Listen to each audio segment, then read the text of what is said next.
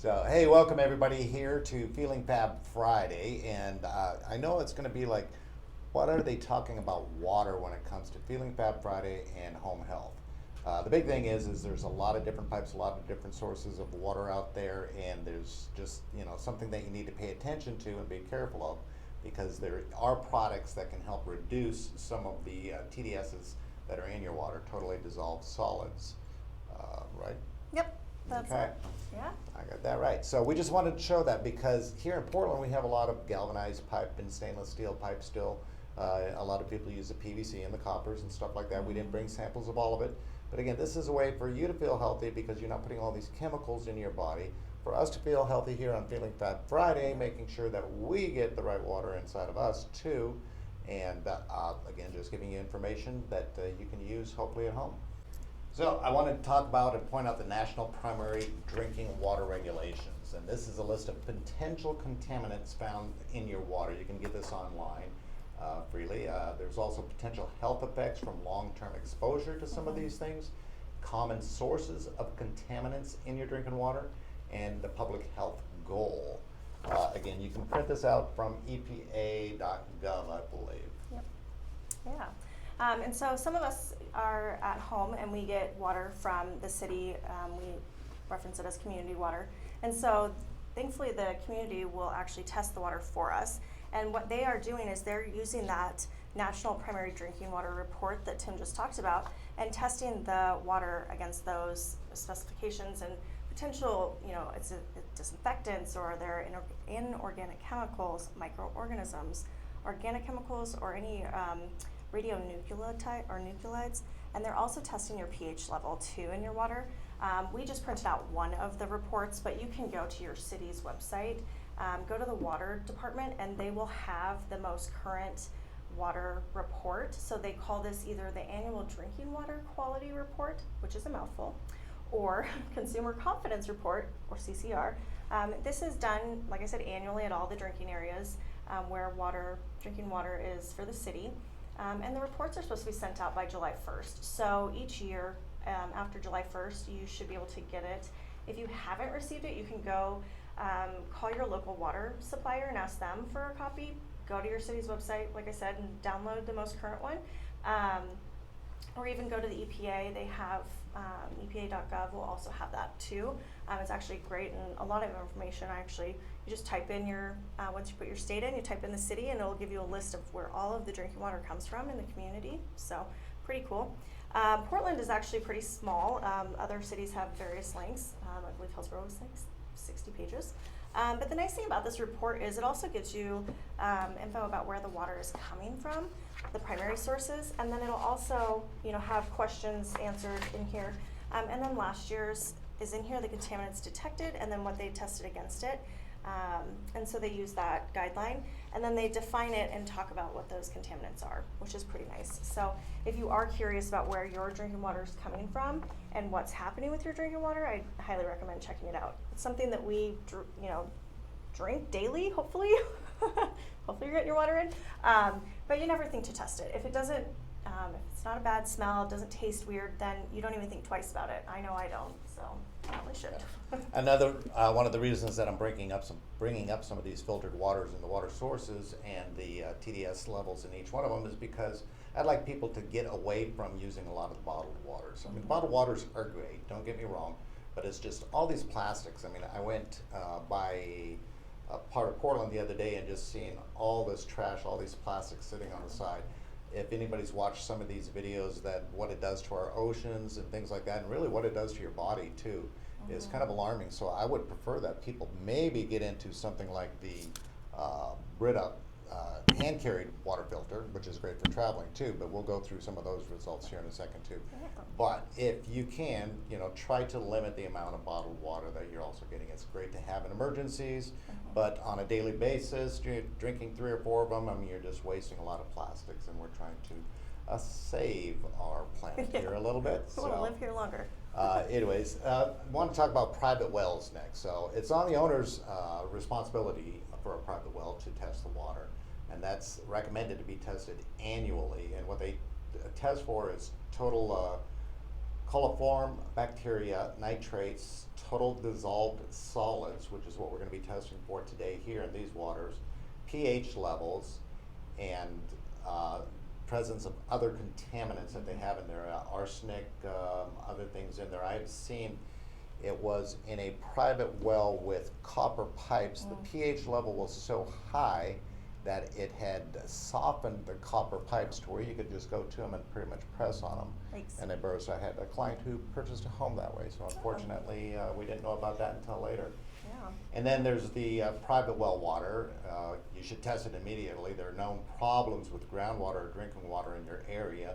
We don't know what, that's another reason that we have the tests for the underground storage tanks for oils and stuff like that. And have to do cleanup around it because your water table in some areas, especially here in the valley, Tualatin Valley, are so low that those can get into the water that is being sourced for your drinking water and may not always be removed. Also, conditions near your well have changed significantly. Again, if you're out in a farm and you're spraying a lot of chemicals, or the next door neighbor's spraying a lot of chemicals, all of that is getting into your system too that you don't know about. And then, of course, you also want to replace or repair any part of your well system. You'll notice a change in your water quality sometimes by smell or the color of it that's coming out of the faucet. But it's not always by smell, because even some of the city water, every once in a great while here in Beaverton, where I have my water, or where I have my house, where my water comes from, of course, every once in a while I smell like a fishiness to it or something like that. So that's when I usually definitely use some of the filtered waters. Yeah. So if you are curious about what's happening with your water, you can test it at home. And this is really just a general test. It's not going to give you the specifics of what might be contaminating your water, but it is handy because you can get it on Amazon, or I'm sure Home Depot might have it as well. But Amazon solves a lot of problems these days.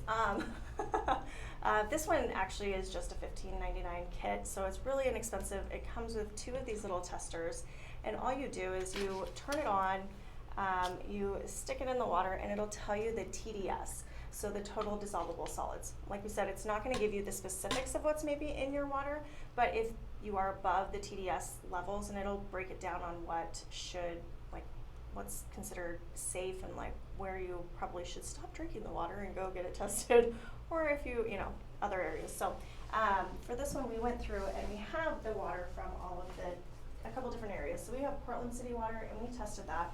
It came out as the TDS is 28, so not too bad. That's ideal drinking water for reverse osmosis, microfiltration, etc. Hillsborough private well, this one was actually pretty marginally acceptable, but it was at 230, which is pretty high. Might be looking at a filter system for that one. Bottled water, so this was the plastic water bottle that Tim is talking about, something that we definitely hope to get away from, but obviously know that they do come in handy at certain times. This one had 1, which was pretty awesome to see. And then we had the Brita filtered water, so this one had been sitting for not too long, so it was 21 for TDS. So these, like we said, are pretty easy to come by, quick to do. And then if you do have something that's above the recommended TDS, go get it tested and see what potential the contaminant might be, so that you can fix it or look into getting a filtration, one of these guys, at-home water filters. Definitely. I do have to say, I want to mention that I do have the Zero water.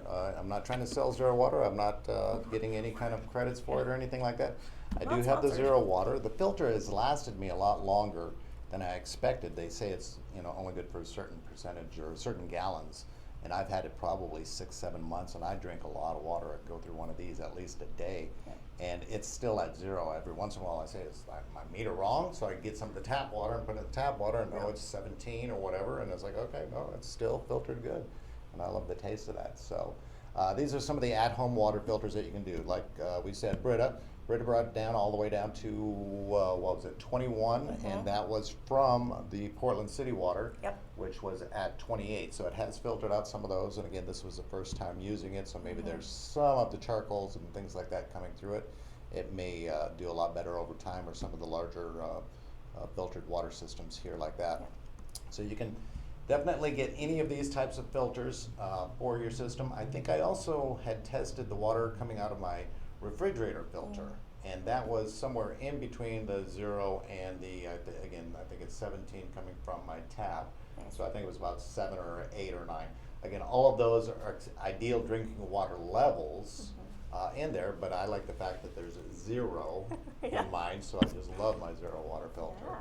So definitely some of the ones that you can get, they range in prices anywhere from $20 to $40, and again, the filters need to be replaced. I just get one of these devices too, especially when you get 2 of them. Yeah. The 0 water filter does come with something similar to this that you can test all the time, but get one of those and just test it every once in a while, especially if you see or feel that it's been changing its flavor a little bit in there. So again, they're not that expensive. You can definitely, like this, refill these, refill your drinking bottles. I know a lot of people use these. That's great. Again, let's get away from the plastic bottles that Disposable you're buying, ones, yeah. disposable ones.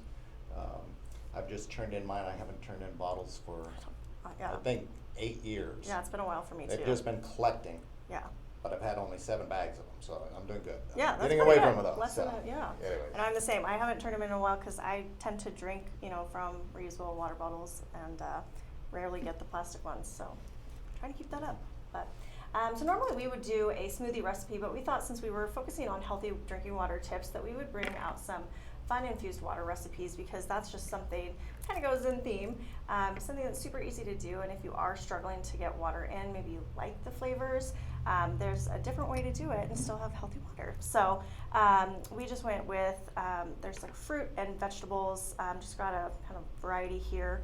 But in the summertime, berries are amazing in there, so strawberries or blueberries. One thing that's kind of newer to me is the, why am I thinking fresh herbs? So basil is really good in there. Mint is a pretty common one that I've seen. I mean, people who drink tea, that's what you did to get tea back in the day. And then rosemary is another one that was coming up, and I thought that was kind of fun to share. One of the recipes was grapefruit and rosemary. So you just cut up the fruit and put it in the water, add just the sprigs of rosemary in there, let it sit for a little bit, and then the water will start tasting like something yummy. So yeah, so if you are looking for something different but wanting to get more water in, definitely we'll post some of the combinations in the caption for you so you can check it out and get some ideas of something to try.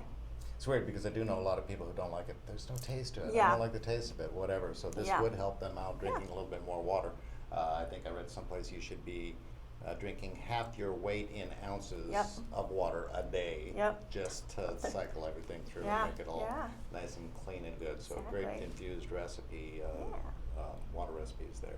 So my challenge to you today is for the Healthy Home Tips. If anybody wants to bring me in a bag of their recyclable water bottles that they're just having collect there, I will give them a water filter. One of the travel size, again, are the best because you can fill it up at work instead of just having to trust your water that you get from home that's already filtered, and it's also great for travel. So bring me a bag of your recyclable water bottles and I will give you a travel water filter. All right? So be safe, have a good day, and thank you for listening to this lengthy but